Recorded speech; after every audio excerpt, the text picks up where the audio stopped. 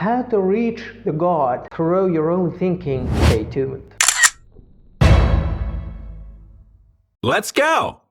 Thinking and the tafakkur and reflecting on Allah subhanahu wa ta'ala is something related to the concept of the scholars of Aqidah that is called the naẓar. What is the meaning of naẓar? As I mentioned to you precedingly, there are two main concepts and terms for everything. The linguistic one and the technical one. The linguistic meaning of the word naẓar is the sight, to look at something. Such means comprehending the matters and comprehending the issues. And technically related to the tawheed, it is arranged into known fact to reach to an impact, and this impact is unknown, and that is the impact that you're searching about. When I tell you the world is like a circle changing, it is a fact. It is changing every time. Today is different from yesterday and will be different from tomorrow because of the development and the improvement. So it is changing, and that is something known by the human beings. And there is another principle according to logic, which is every changeable thing is a creator. So the world is changeable, and every changeable is creator. So the world is a creator. So based on the two facts that we understand, we reach to the impact that we were searching about. And that is a very simple example. That is the way. So what are the paths to think? What are the very first things to think about? So what are the very first things you have to think about? The scholars of Islam said you had to think about the human being at the beginning. You're a human being. How can you think and reflect on the human being?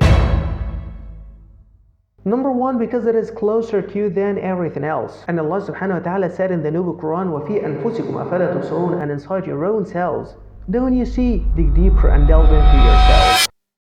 And secondly, and it is one of the principles of Islam, whoever knows himself, he knows his Lord. Which means whoever reflects on the creativity of the creation of his own soul, he knows the creativity of the Lord subhanahu wa ta'ala and reaches to the intelligence of this Lord and his wisdom. And that is actually indicated by the verse of the Noble Quran, يَا أَيُّهَا النَّاسُ أَنْتُمُ الْفُقَرَاءُ إِلَى اللَّهِ. Oh human beings, you are the needy to Allah. وَاللَّهُ هُوَ الْغَنِيُّ الْحَمِيدُ. And Allah subhanahu wa ta'ala is the free you need, the praiseworthy.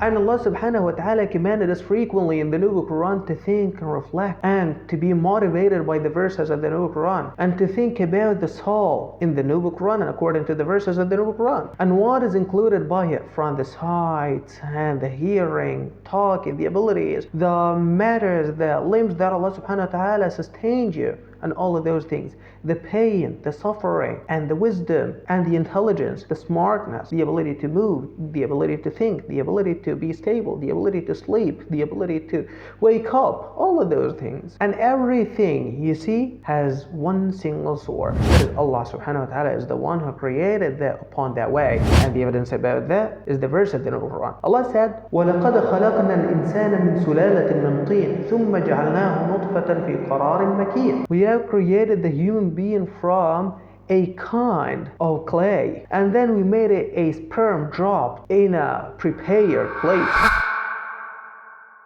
So who is the one who is doing all of those things? Is Allah subhanahu wa ta'ala who's leading all of those processes and operations. But after reflecting on yourself, your soul, your own body, and everything around your life, what is the second thing to reflect on?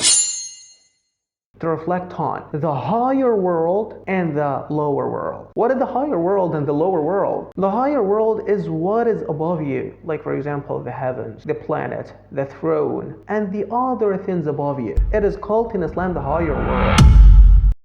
And the lower world is what is related to the earth, the atmosphere of the earth, the ground, the farms, the lands, the environments, and everything around you. And actually most of the verses of the Noble Quran are talking to the human being in that field to tell you to reflect on a lot of things in the world. Allah said in the Quran, إِنَّ فِي السَّمَاوَاتِ وَالْأَرْضِ لَآيَاتٍ لِلْمُؤْمِنِينَ. Indeed, in the heavens and the earth are a lot of signs for the believers. And Allah subhanahu wa ta'ala said in other verses of the Noble Quran, إِنَّ فِي خَلْقِ السَّمَاوَاتِ وَالْأَرْضِ واختلاف الليل والنهار والفلك التي تجري في البحر بما ينفع الناس وما أنزل الله من السماء من ماء فأحيا به الأرض بعد موتها وبث فيها من كل دابة وتصريف الرياح والسحاب المسخر بين السماء والأرض لآيات لقوم يعقلون.